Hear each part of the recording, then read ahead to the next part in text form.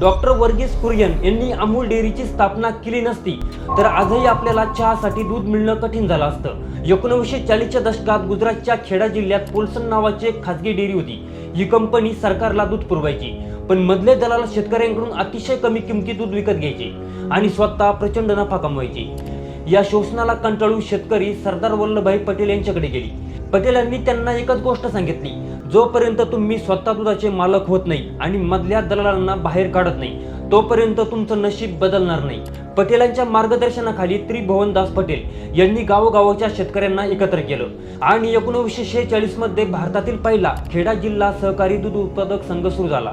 सुरुवातीला फक्त 2 गाव आणि दिवसाला केवळ 250 लिटर दूध गोळा व्हायचं, पण खऱ्या अर्थाने या चळवळीला तांत्रिक बळ मिळालं जेव्हा डॉक्टर वर्गीस कुरियन तिथे पोहोचले।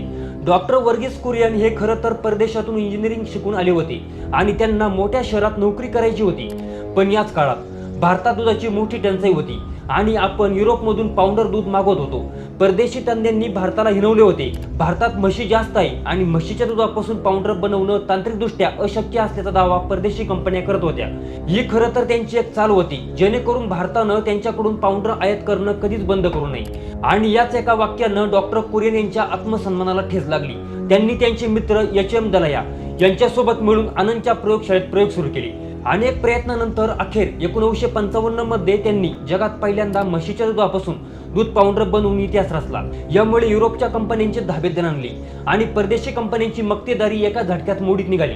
डॉक्टर कुरियन यांच्यामुळे अमूल खऱ्या अर्थानं जागतिक दर्जाचा ब्रँड बनला।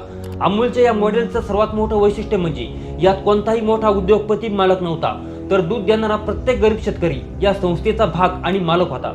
आणि जो भारत दुधासाठी दुसऱ्यावर अवलंबून होता, आज तो जगातला सर्वात मोठा दूध उत्पादक देश बनला। तर मंडळी, त्या काळी खेड्या जिल्ह्यातील शेतकऱ्यांनी एकत्र येण्याचं धाडस दाखवलं नसतं तर आजही आपण दुधासाठी परक्यांच्या दावणीला बांधलो गेलो असतो।